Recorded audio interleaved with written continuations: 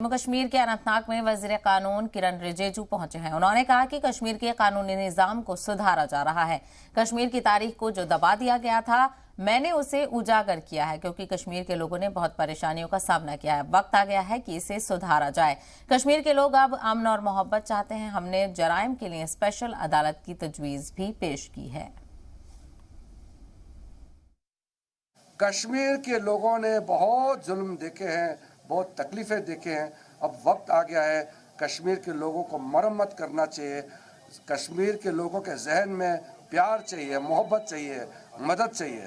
इसलिए सच्चाई को सामने में रखते हुए कश्मीर के लिए मोदी जी का सरकार आगे चल रहा है। उसी को आगे बढ़ाने के लिए आज मैं यहाँ इस गांव में खुर्द किचुर में भी आया हूँ। इसी के लिए मैं नेशनल लेवल पे केंद्रीय सरकार मैं बता रहा हूँ जो इस देश में जो हीनियस क्राइम होते हैं, रेप केस होते हैं, बच्चों का मर्डर होते हैं, महिलाओं के अगेंस्ट में यहाँ बहुत जो क्राइम्स या जो भी एट्रोसिटीज होते हैं, उसके खिलाफ हम लोगों ने स्पेशल कोर्ट्स बनाने का प्रावधान रखा और फास्ट ट्रैक कोर्ट्स और पॉक्सो एक्ट के तहत फास्ट ट्रैक स्पेशल कोर्ट्स बनाने के लिए हमने पूरा रोड मैप तैयार किया और क्रिमिनल अमेंडमेंट बिल लाए 2018 में।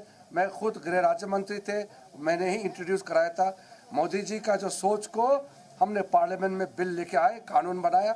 उसके तहत सारे राज्य सरकार और हाई कोर्ट्स को हमने अर्ज किया है कि तुरंत सारा ये फास्ट ट्रैक कोर्ट और स्पेशल यहाँ की है। कश्मीर में बहुत अच्छा हुआ है। मैं इलेक्शन कमीशन का भी एडमिनिस्ट्रेटिव मंत्री होने के नाते मैं कहना चाहता हूँ, इलेक्शन कमीशन ऑफ इंडिया निष्पक्ष है, ये बिल्कुल इंडिपेंडेंट भी है और ये ट्रांसपेरेंट भी है और एम्पावर्ड भी है।